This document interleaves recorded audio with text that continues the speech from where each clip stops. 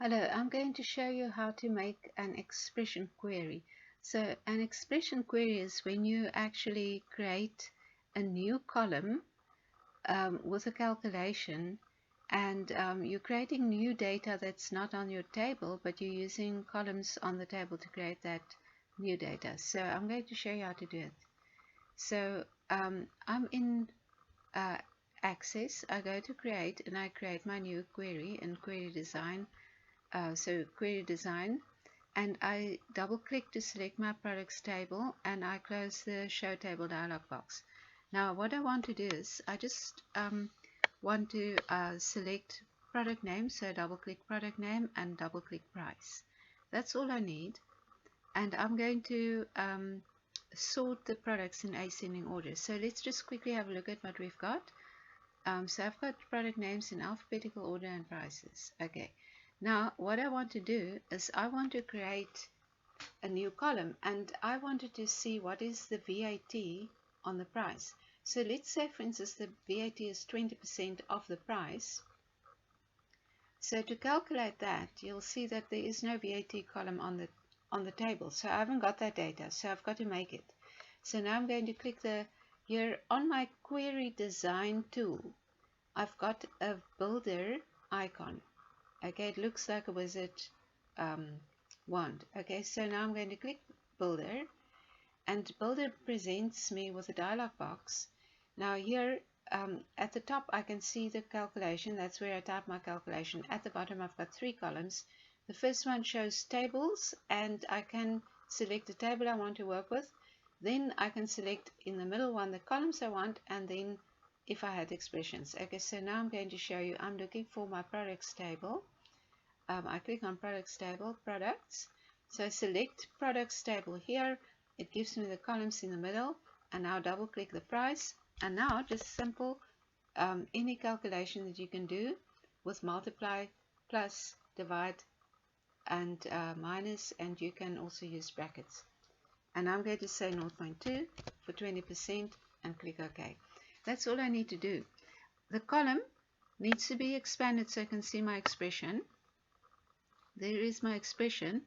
It's given me this EXPR1. Now I'm going to show you what that is. Now let's quickly run this query.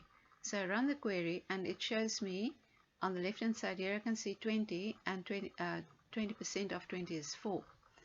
So the expression, this column EXPR1, is actually that calculation that I've made.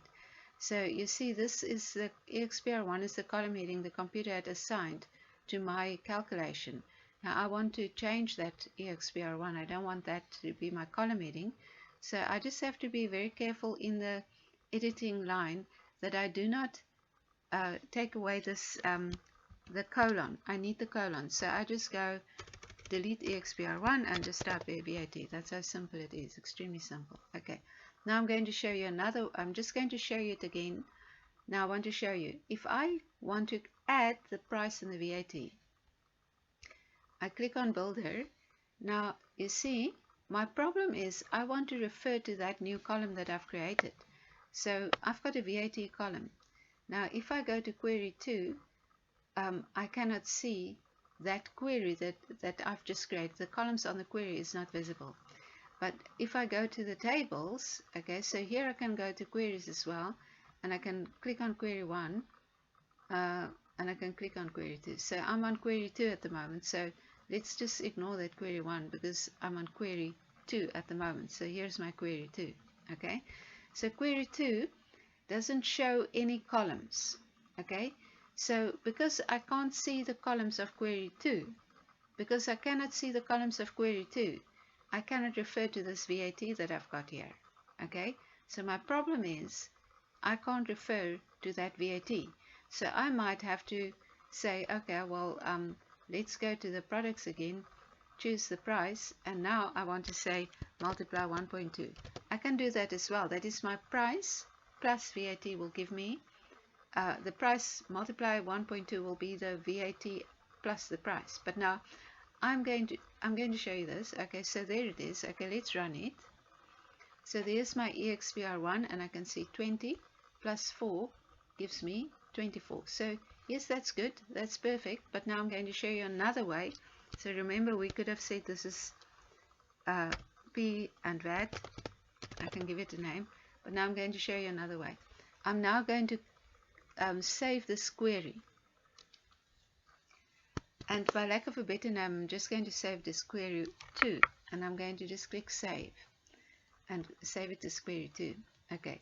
Now when I go to the builder, okay, can you see now query 2 shows all the column it has. So when I go to the Access database here, and I click on queries, I get queries 1 and 2. So if I double click on my query 2, the one that I'm on, I can see the columns I've already got in that query. So I can now go price, and I can say plus, and I can say VAT, and OK, and that's going to give me the price plus VAT. Okay, let's just quickly see if that's true. So here, can you see price plus and VAT, which I've calculated with a price multiply 1.2, and here this is also the same values, and there I've calculated it by going this column price plus the VAT column.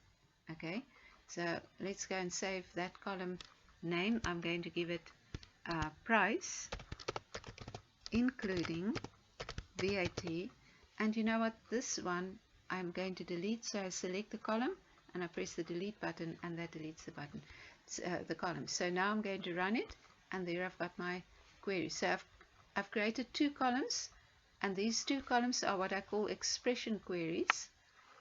So you've got to expand your column if you want to see the full expression. If you want to edit the expression, you select the line where it shows the expression, and then you can go to the builder and will open up that expression for you, which you can then edit if you wanted to. And that is all about expression queries. It's extremely